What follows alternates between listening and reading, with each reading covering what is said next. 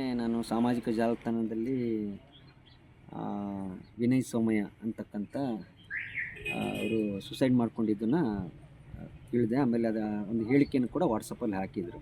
ಆ ವಾಟ್ಸಪ್ಪಿನಲ್ಲಿ ನನ್ನ ಹೆಸರನ್ನು ಕೂಡ ಉಲ್ಲೇಖ ಮಾಡಿದ್ದಾರೆ.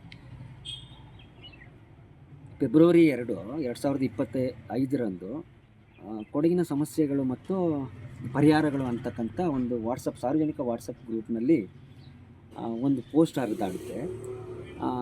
ಒಂದು ಸುಳ್ಳು ಸಂದೇಶವನ್ನು ಮತ್ತು ವಿರಾಜಪೇಟೆ ಕ್ಷೇತ್ರದ ಶಾಸಕರಂತ ಎಸ್ ಪೊನ್ನಣ್ಣವ್ರನ್ನ ಅವಹೇಳನಕಾರಿಯಾಗಿ ಚಿತ್ರ ಮಾಡಿ ಅವರು ಟ್ರೆಡಿಷನಲ್ ಡ್ರೆಸ್ ಅಂದರೆ ಸಾಂಪ್ರದಾಯಿಕ ಉಡುಗೆನಲ್ಲಿರ್ತಕ್ಕಂಥ ಫೋಟೋ ಹಾಕಿ ಅದರ ಕೆಳಗಡೆ ಒಂದು ಶಿಥಿಲಾವಸ್ಥೆಯಲ್ಲಿ ಇರ್ತಕ್ಕಂಥ ಟಾಯ್ಲೆಟನ್ನು ಕೂರಿಸಿ ಒಂದು ವಾಕ್ಯ ಸಂದೇಶವನ್ನು ಅವಹೇಳನಕಾರಿ ವಾಕ್ಯ ಸಂದೇಶವನ್ನು ರಚಿಸಿ ಹಾಕಿರ್ತಾರೆ.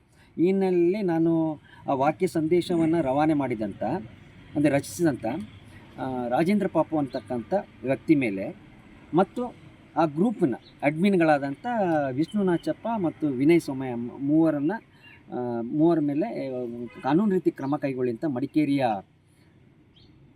ನಗರ ಪೊಲೀಸ್ ಠಾಣೆಯಲ್ಲಿ ದೂರನ್ನು ಸಲ್ಲಿಸಿದ್ದೆ. ಅದೇ ರೀತಿಯಲ್ಲಿ ಕೊಡಗಿನ ಹಲವು ಭಾಗಗಳಲ್ಲಿ ಕೂಡ ದೂರು ಸಲ್ಲಿಕೆಯಾಗಿತ್ತು. ನನ್ನ ದೂರನ್ನು ಆಧರಿಸಿ ಒಂದು FIR ಕೂಡ ಆಗಿತ್ತು. 4ನೇ ತಾರೀಕಿಗೆ FIR ಆಗುತ್ತೆ. ಅದಾದ 10 ದಿವಸದಲ್ಲೇ ಆ FIRಗೆ ಹೈಕೋರ್ಟಿಂದ ಸ್ಟೇ ತರಲಾಯಿತು.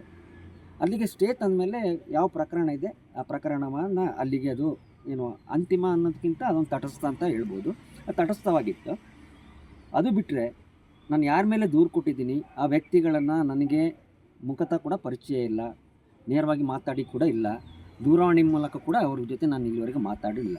ಹಾಗಾಗಿ ನನ್ನ ಹೆಸರನ್ನು ಯಾಕೆ ಉಲ್ಲೇಖ ಮಾಡಿದ್ರು ಅಂತ ಗೊತ್ತಿಲ್ಲ.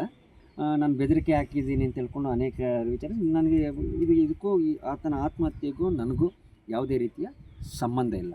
ಕಾನೂನಿನ ರೀತಿಯಲ್ಲಿ ಸಂವಿಧಾನಬದ್ಧವಾಗಿ ಏನು ಸಮಾನತೆ ಆಧಾರದಲ್ಲಿ ಏನು ನಾನು ನ್ಯಾಯ ಪಡಿಬೇಕು ಆ ನ್ಯಾಯನ ಕೇಳಲಿಕ್ಕೆ ದೂರು ಸಲ್ಲಿಸಿದ್ದೇನೆ. ದೂರ FIR ಆಗಿದೆ.